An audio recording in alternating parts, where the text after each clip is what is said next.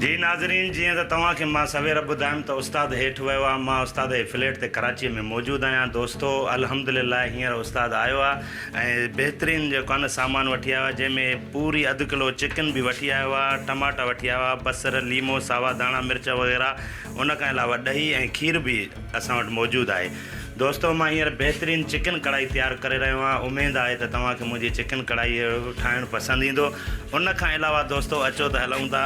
हीअ टमाटा ॾिसो, वाह वाह, हे टमाटा बॉयल थी रहिया आहिनि। जॾहिं इहे बॉयल थी वेंदा त मां हिननि जी खलां लाहे करे ऐं जेको आहे सो हिन में कढ़ाईअ सां गॾोगॾु चिकन बि विझंदुमि, ॾही बि विझंदुमि, मसाला विझी करे ॾाढी बहितरीनु चटपटी ऐं स्पाइसी कढ़ाई तयारु कंदुमि। उन खां अलावा पोइ खीर बि आहे असां वटि, वरी चांहि बि पीअंदासीं मानीअ खां पोइ।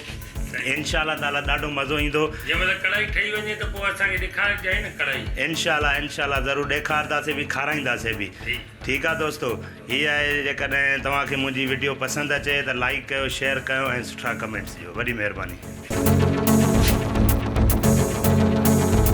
वाह साईं वाह, ज़बरदस्त, माशाल्लाह कढ़ाई तयारु थी वई आहे। गरम गरम कढ़ाई, ताज़ी ताज़ी कढ़ाई, बहितरीनु कढ़ाई। दोस्तो ॾिसो, तव्हांखे नज़र अचे थी, माशाल्लाह ॾाढी ज़बरदस्त कढ़ाई तयारु बीठी आहे ऐं खाइण में लज़ीज़ ऐं टेस्टी।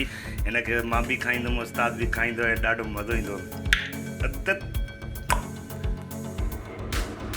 बाबा हिन कढ़ाई पप्पूअ तयारु कई आहे ऐं उहा हे कढ़ाई माना माशाअल्लाह खावां थो, ॾाढो ज़बरदस्त। माड़े फुट कर वॾे